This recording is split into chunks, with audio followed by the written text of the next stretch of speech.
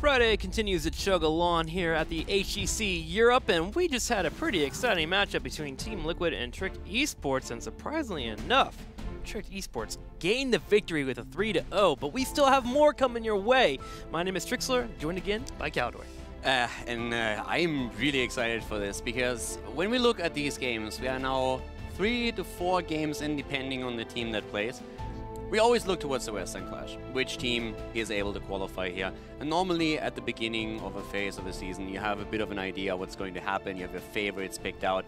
And then once you hit like the middle points, it's like, okay, so if there's no upset, these guys should win against those. And this. That's the voice he used too when he's analyzing at the computer. So then you're looking at it and it's like, okay, I think that those three are going to make it. Maybe there's an upset here. And let's not forget, they have still off to face against one of the big teams. But at this point, everything is up for grabs. We have no idea who's going to make it there. Absolutely none. Trick just 3-0ing Team Liquid was such a big deal already. And you look at the standings, you look at the rest of the season and like who could potentially take a map of whom or a series. It's crazy. It's absolutely insane. And to think that after they played 4 series, we still have no clue how good Trick actually is. This is mind-blowing. This is half the games they have to play. And we're like, well, they can 3-0 Liquid, but then again, they lose games without taking maps too. Like, how strong are they? That series by itself literally set the tone for the entire weekend, it feels like, for the rest of our teams. And speaking of standings, go ahead and check it out. As at the very top, Fnatic continues to dominate with being the undefeated team. And then if you look at 2 through 8, big question mark. That's what we should put there. Question marks everywhere here, because we're not sure where our teams are currently sitting, and we have to get through a couple more days before we get to see any type of definition. I mean, look at this. This is just absolutely crazy. Europe is so stacked right now.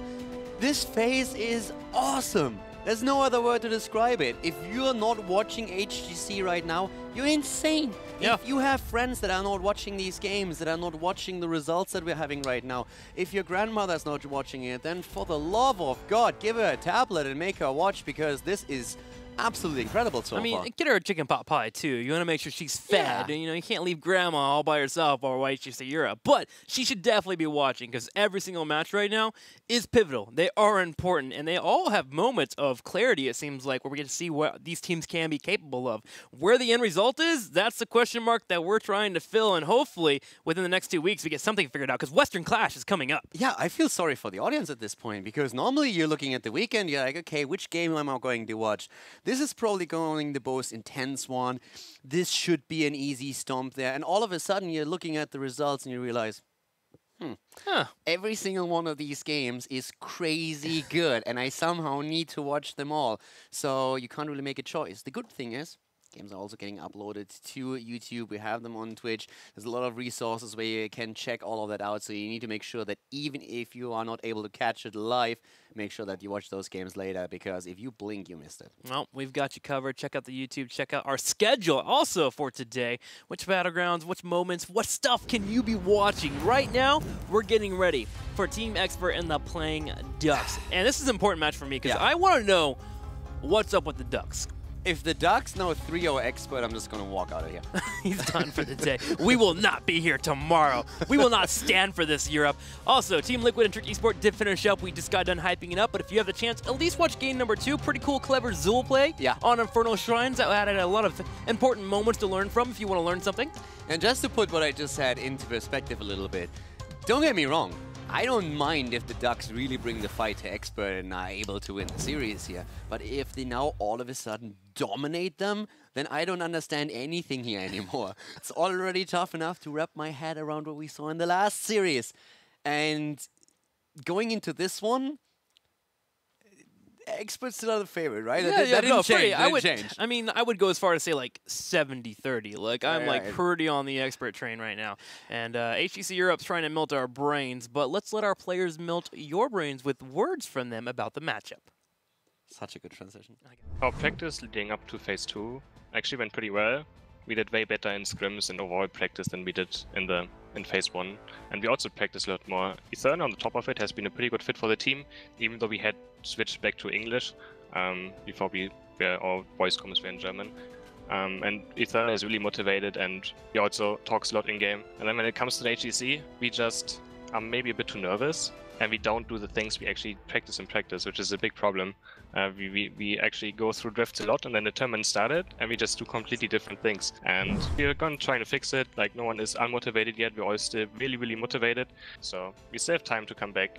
Hopefully we can show soon that we are one of the better teams, and hopefully don't dip in the Crucible. So we were waiting to get into top 3 for a pretty long time already, and it feels really good to finally be able to beat one of the top 3 teams.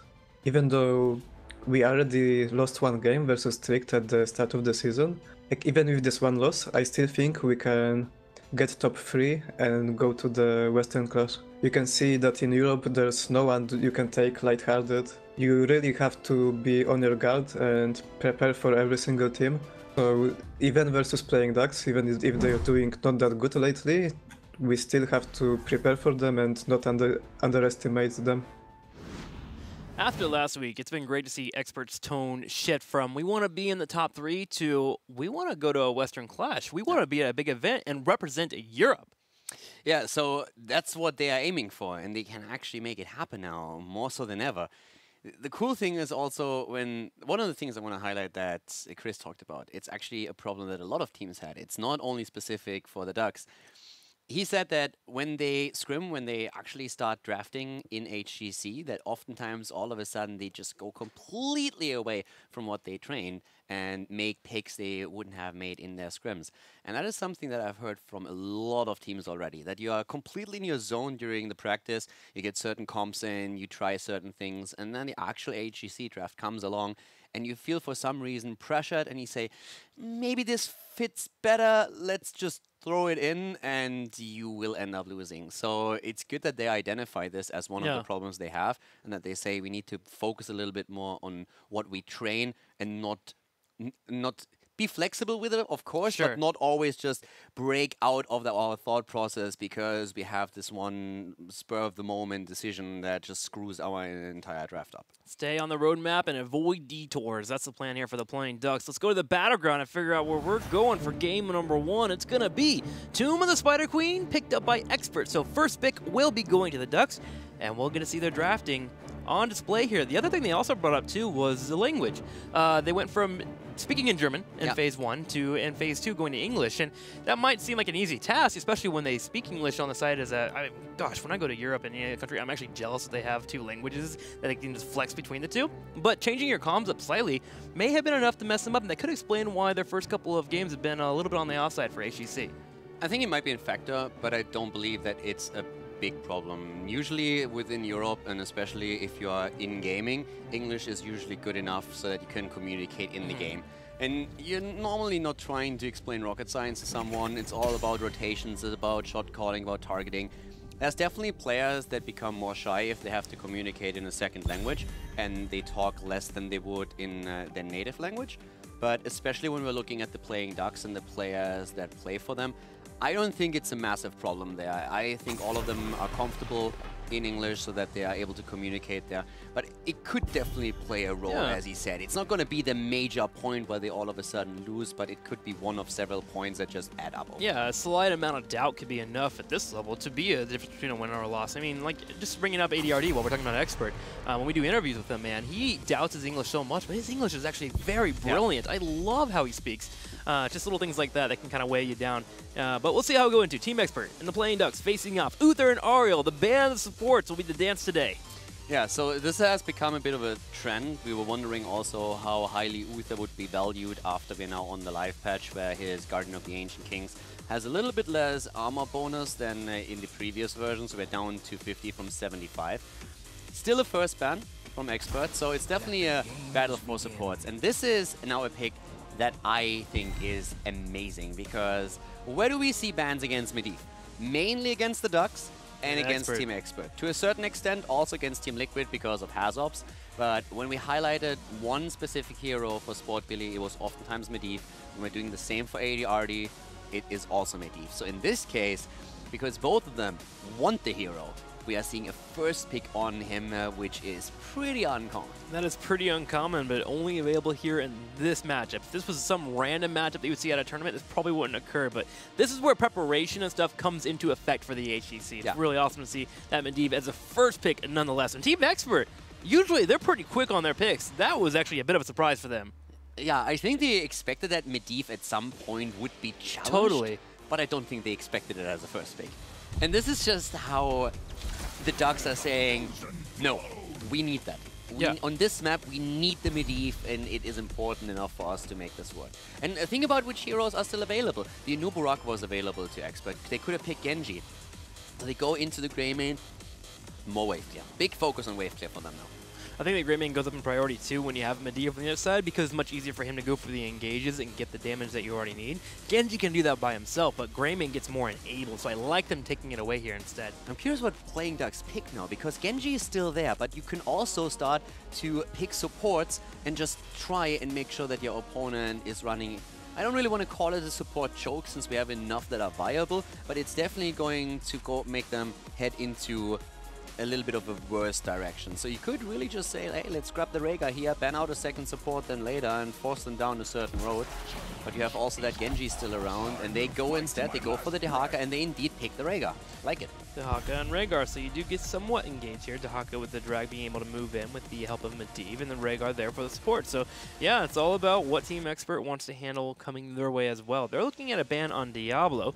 Typically with Dehaka being on the other side, that's going to be the off-soaker, so you're going to need some kind of a hard engaged tank. And Diablo with Medivh, first off, you've seen the combo from Roll20, and then also the mere fact of being able to go in for a fight and dictate things on your own terms is great.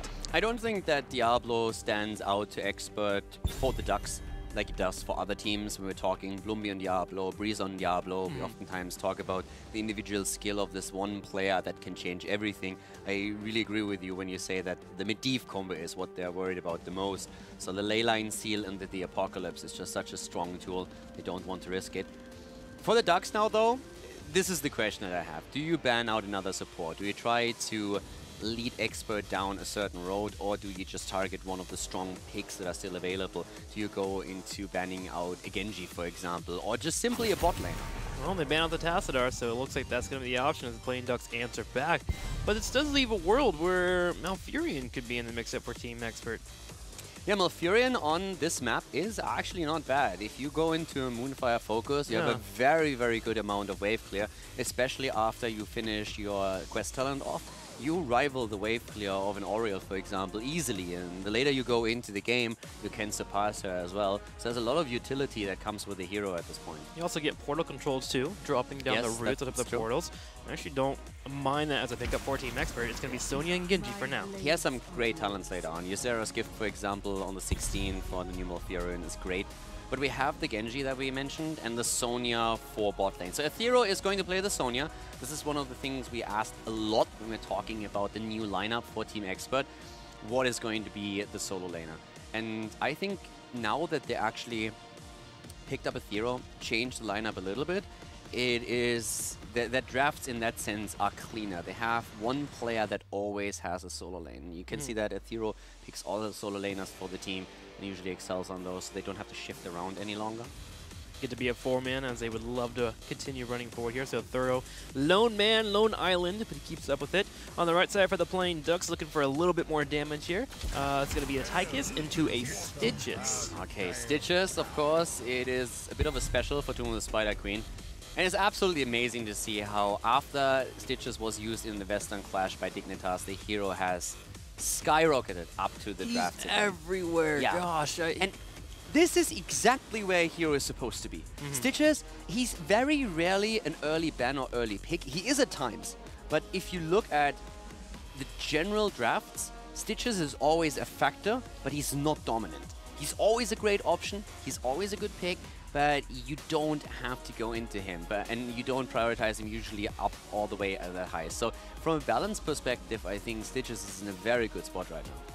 Very good spot for competitive play. Maybe sometimes in Hero League, the one-trick Stitches that try to hook across the world, I could do without them, but I agree with you there. And I think when we're looking at competitive, at some points he might be a bit too strong. in certain aspects, but overall I'm actually quite happy with the position where he's at. It's very dependent on the teams, how much they value him, and also very map dependent too. And there's the Malfurion. We talked about him. There he is. Malf in the mix here, so we're going to see how this will work out. Team Expert, not a full tank setup for them, but they do have the new Wreck and the Sonya. It is 2 minutes Fighter Queen. You're naturally going to be together a little bit more, so could work out for them. And they also have the strength of Cocoon. Now, how are they going to control that Medivh? That's the most important thing here for the Playing Ducks. Sportbilly, on top of that, Medivh has been known to make plays aggressively for his team. They love to go for the all-in plays and get in the middle of a target, so they have to make sure, Expert that is, they are never isolated. I really like, though, what the Expert have. A very dive-heavy team with Sonya. And let's not forget, when we're talking about the Sonya play on the side of Team Expert, we have a lot of lead play for them. And this is something that can threaten the backline heavily. So this is, of course, a map where you oftentimes still see the Wrath of the Berserker, and they're one of the few teams that will use Leap to that extent. But it is a threat. And I like that. So they could be even more aggressive with the way they play. You have Sonya diving in with Leap after Nuburak engages, uses the Cocoon. So there's a lot of momentum-driven fighting that could come off this draft that we have now for Team Expert. It really makes you think twice about the use of Force of Will, too. If you ever put it out a little bit too aggressively and Sonya comes in for that punish with a Genji diving forward, that's a dead Medivh, or a dead Rhaegar in particular, that can be burned out pretty quickly. So we'll see how the Playing Ducks intend to possibly deal with that pressure that could come their way. Over on Team Expert's side, Greyman also the Cursed Bullet. They have combos like crazy. I like the Malfurion pick for controlling the portals. Twilight Dream also great for a hard engage that comes their way.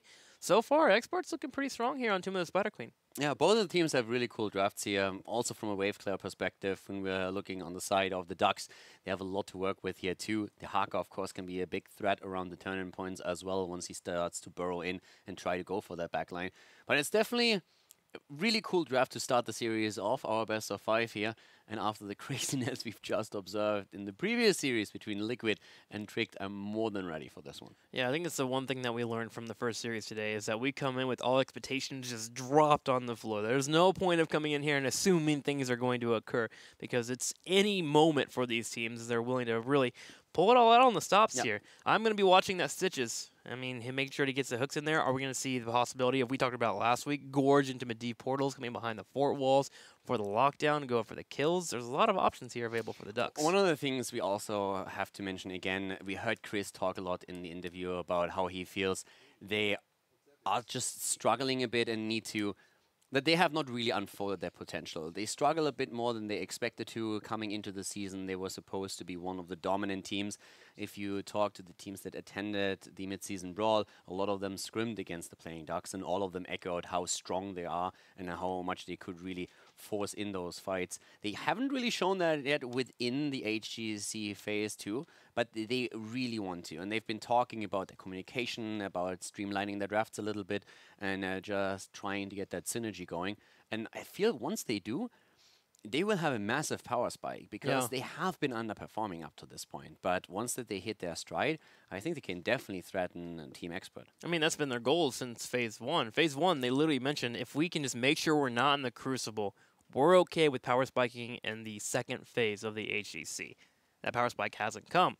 But you mentioned, of course, what everyone's been talking about behind the scenes, the Playing Ducks being a strong team. I mean, Eternal going on its roster seems like it would be a really good step towards them becoming, or being isolated into the spots where they want to be in the standings, but it just hasn't quite popped out yet. And I hope to see it soon, man, because the Playing Ducks, they're a team they're fun to cheer for, man. You love Chris. I mean, the streamer bringing it out there, Eternal, known as a mechanical god when he wants to pop off. And then you have Nande, who I've become really fascinated with as a player because he has put in a lot of work and he showed so much variety in Phase 1. Yeah, and then on the other side, you have a team like a Team Expert, and they have been working so hard to actually get into the big 3 and make it to one of the Clashs. And I have to stress that again, if you look at the first phase, if you look at Part 1 and Part 2, there was only a single team that actually gave them trouble outside of the big 3, and that was Tricked. Tricked was the only team to ever take games from them, which is insane. So Expert, they've always been the team that was aiming for the big 3. They came in on the 4th spot, but now in this phase, they look incredibly strong. And they said, this is the time where we can now finally make it into the Western Clash. We want to show that offline we can be that team that really has an impact here, and we want to represent Europe. And I think now they're closer than ever, especially with how Liquid just lost. Dignitas is struggling a little bit more. This might be the best time for Expert to show their skills off. We'll see if they can do that, because currently right now, internet routers are in the moment trying to 3-0 our team. So we're going to go to a quick commercial break. We'll be right back, and we'll have Game 1 for you guys.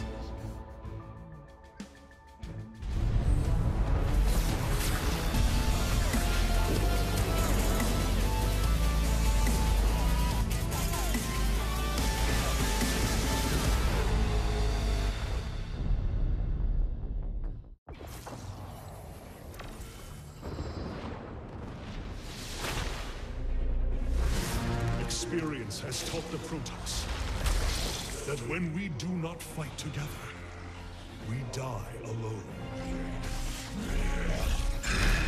But we shall not see defeat this day.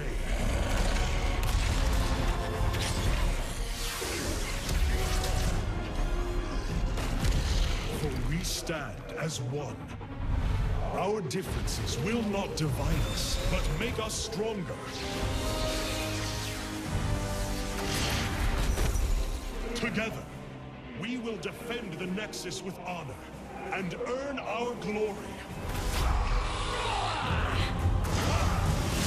I am Hierarch Artanis, leader of all Protoss.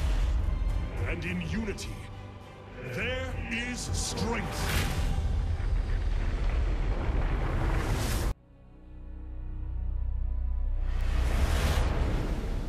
As king, I dedicated my life to Tristram and served its people with all my heart. In exchange, they called me a madman and betrayed me. But I have returned, stronger than ever.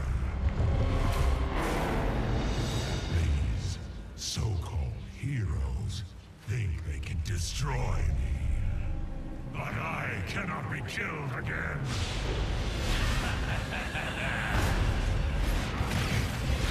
Here in the Nexus, I will have my revenge. I am Leoric, the Skeleton King. And I will only choose allies who I know will never betray me.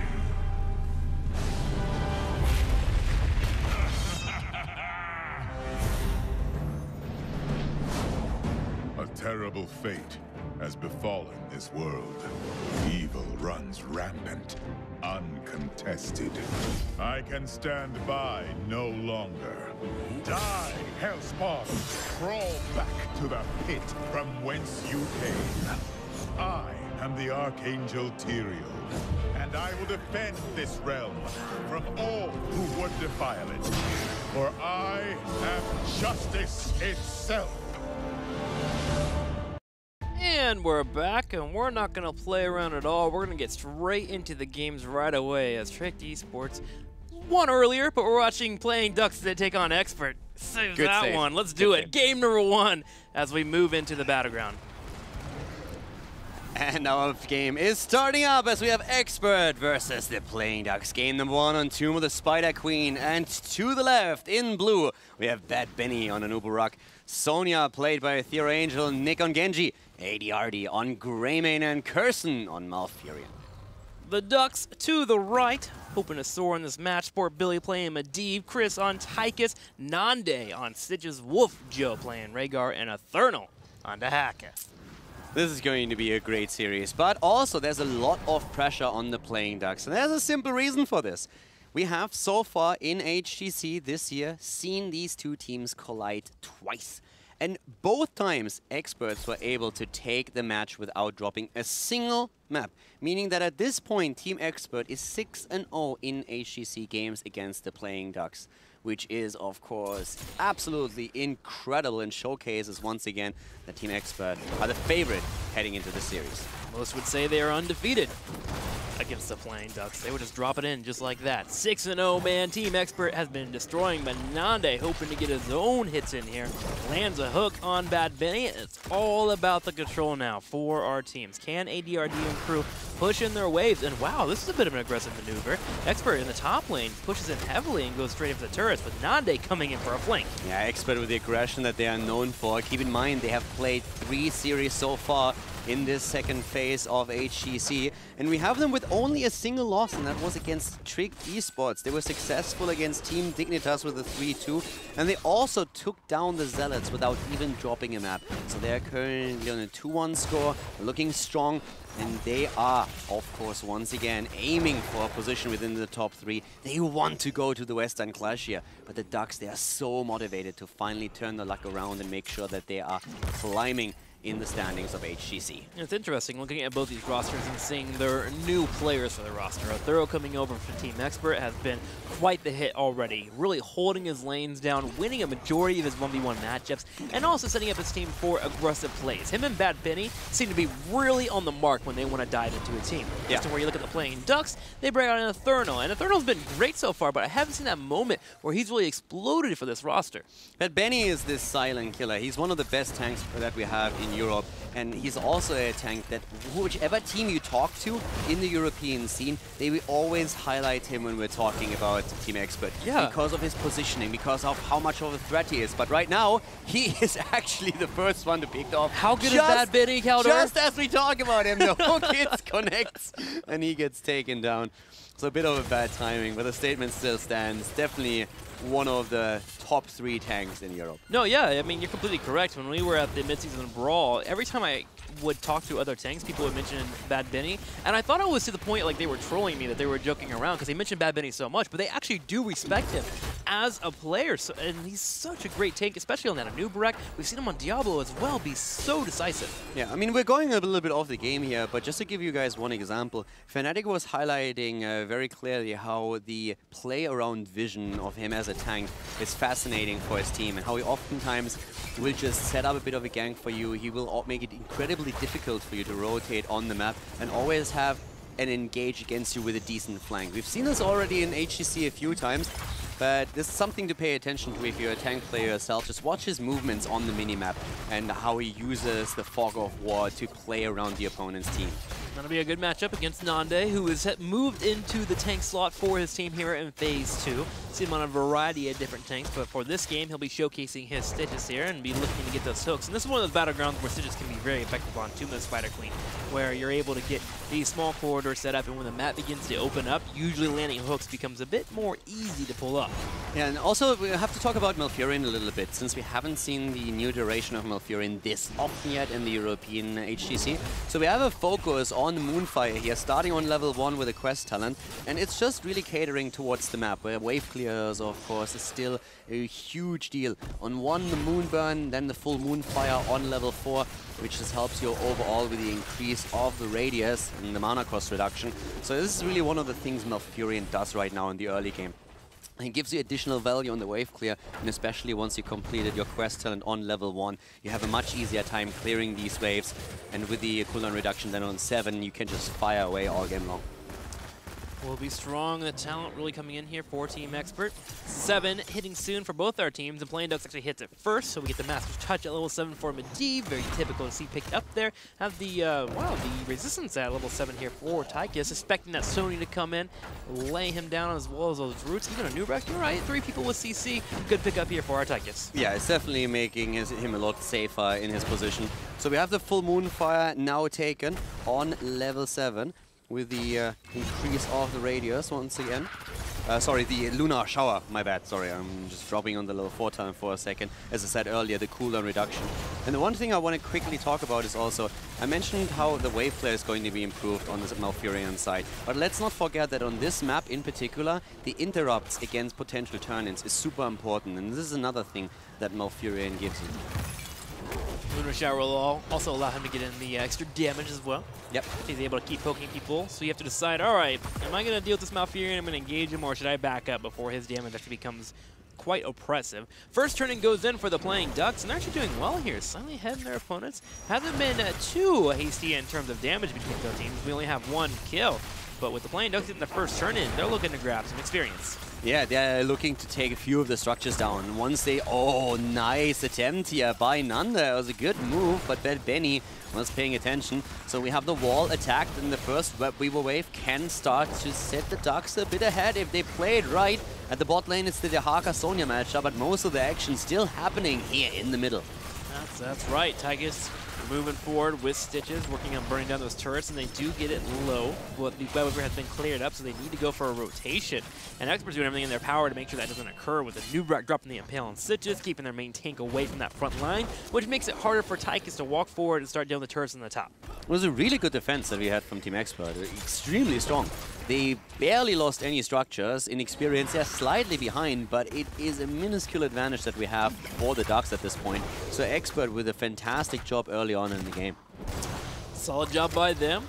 Genji moving here for the rotation, as there's going to be a few gems available for drop-off for Experts. Can they get it? The Flaming Ducks are saying no, as they're setting up pretty aggressively for the defense. In fact, they're engaging here in the middle on the Anubrak. Anubrak does get away, but Sport Billy himself takes some harassment. Yeah, they try to go for Tychus for now, as Bad Benny is moving in once again. Hook. And here comes the hook against Malfurion. The roots are on the ground. Kirsten reacting immediately, but the drag also incoming against Greymane, and ADRD might not be as lucky. He barely gets out. Chris doesn't have the grenade, and therefore Greymane is able to escape. Wow, both teams taking some harassment. Another hook hitting here on Nande, from Nande on Bad Benny. He gets low. Is he low enough? No, shield comes out, and suddenly Eternal will have to pop his essence back up. Trade after trade between our teams. Yeah, Kirsten should get a raise. He's working overtime here, keeping everyone alive. There was Roots that came out now twice, saving his teammates after the Stitches hook on the other side. Level 10 on both sides. By now we have the heroic abilities, and Leap has been taken once again. Here we go, trying to go for Nanda. He's low. Greymane jumps in and forces the ult out of Rhaegar. The cocoon of Bad Benny hits a second too late, and therefore Stitches survives the onslaught. The Playing Ducks can answer back here. They go with the lane line seal. Next can go for the Dragon Blade. He turns around, he kills Medivh. He's looking at Eternal. There's going to be a second kill as well. Does he have the Swift Strike? He does. He goes in, getting a maybe third kill. Yes, he hits Rhaegar. And finally, the Playing Ducks will lose 4 members while Team Expert walk away. They're bruised, but they're alive. Wow, Expert goes in, drops 4 heroes, and this is a fair amount of gems that was just now lost by the Ducks. They are probably really happy that they got a Web Weaver wave a bit earlier, so that they could at least turn a few of them in. But let's face it, that Web Weaver wave didn't do as much damage as they were hoping for. They are a level behind right now, and on top of that, they have now to deal with the blue Web Weavers that Team Expert just summoned. This is Team Expert being off to a fantastic start in our first game. But the Playing Ducks as well, that was a fight that could have gone either way if they had secured that kill on Person in particular. Playing Ducks, we're holding on, but now with Expert pushing in, the Web Weavers have to defend. Yeah, but think about how how that fight started. They went in for Stitches, and the only reason why Stitches survived in the first place is that Bad Benny was a bit too slow on the cocoon yeah. against Rhaegar. So you are right, the Ducks could have turned it around, but from the get-go, the Experts were the ones attempting to force it and to really run with that battle and the aggression that they've showed from the first minute. And they are showing that aggression in the mid lane at this point. Or Billy helping her with the defense. He's already gone back up to 10 stacks, 11 stacks now. Remember, he did lose out on them on the death earlier, so 11 stacks already in the last 30 seconds. Not too shabby. The fort does get low on health. The top one in trouble at the same time. But so far, the Playing Ducks, they answer back with a pretty solid defense. But look at the middle lane. Stitches is engaged upon by Bad Benny, and he falls. Yeah, and that's exactly the danger that you're in when you're facing Bad Benny as a tank. Once again, on his Anubrak, so much work. Malfurion completed his quest talent on 1. We have the Shurikens for Genji already completed 2. And on top of that, ADRD on his Greymane is only 2 stacks away from completing his 7. So they are really getting all their tools online currently to force the Ducks into a much more passive situation. It's fantastic for Expert. A level ahead, you are on level 13 talents against level 10 talents. this is amazing for them. Taking 2 forts down, of course, on top of it as well. You open the map up, your opponent has a much more difficult time to move into the middle and turn in. So far, the experts are showcasing why they are the favorites in the series. Yeah, they've really exploded since level 10. Remember, we were at a point where there was only 1 kill to 0 in favor of the Playing Ducks, and now it's 5-1. A second turn-in hitting for Expert, and they are in a nice run here in terms of striding forward.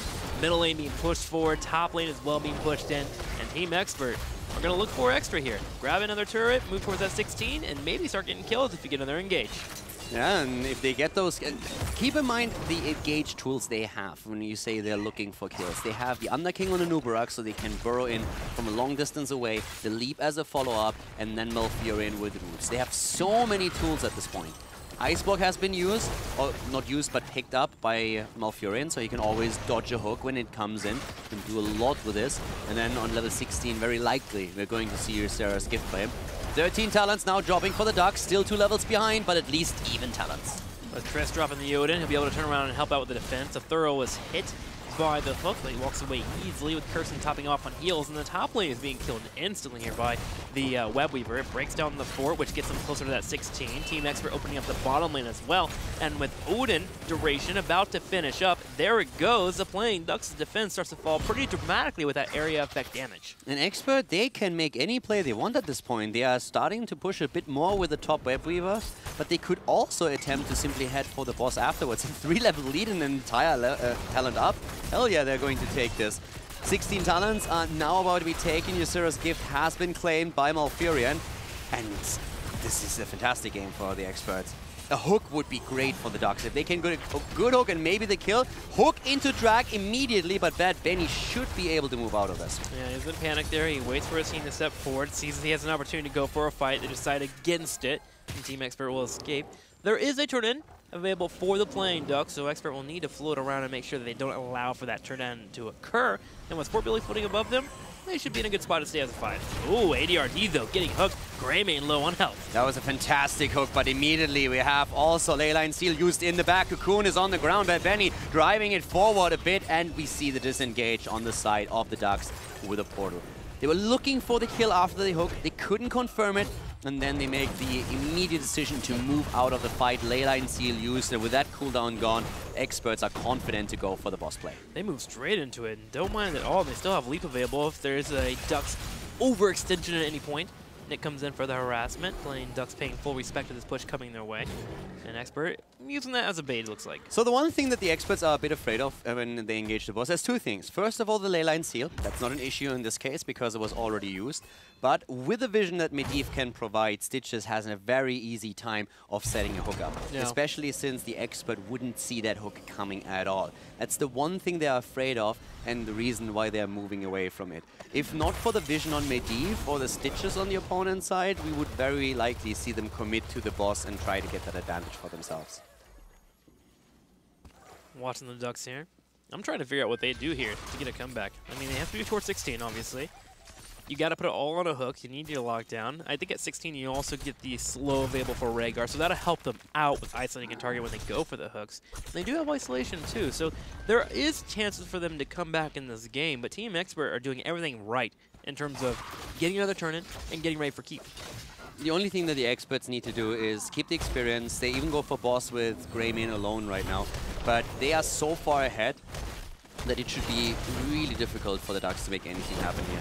And thanks to the vision that we have seen on the map, Experts are now finally willing to commit to this. They know that everybody else is too far away. And Nubarak is zoning, actually. And now the boss is going to be taken. They won't be able to move on to the point, but they're still forcing the fight. And as I say, Sport Billy actually is able to move in. He dies, though, and the boss is still contested. Nanda wants it. Bad Benny is there. AD already nearly dead, but nobody attacks him because they don't want to give the boss away. Wow, that was so well played by ADRD and the rest of Expert. Look at Chris here on the right side taking damage too. It's going to be another kill. That's 5 people down for Team Expert, but you gotta call out ADRD and the rest of Expert realizing the strength of Medivh. They play with Medivh all the time. They know the threat of Leyline Seals. Look at this replay. ADRD sees Sport Billy come in. They put 2 people on the right side for an easy stack for Sport Billy, but also to bait him into using the Leyline Seal, and then ADRD will go to the left, get out of the way here, and then move forward and step straight onto the point. And then the silence comes out from Kirsten, which allows for them to go in for the engage. Now the playing Ducks have to defend their core. They're going straight for it, but Team Expert is already on it, and the boss is moving in. This is the end. Game 1 in favor of Team Experts.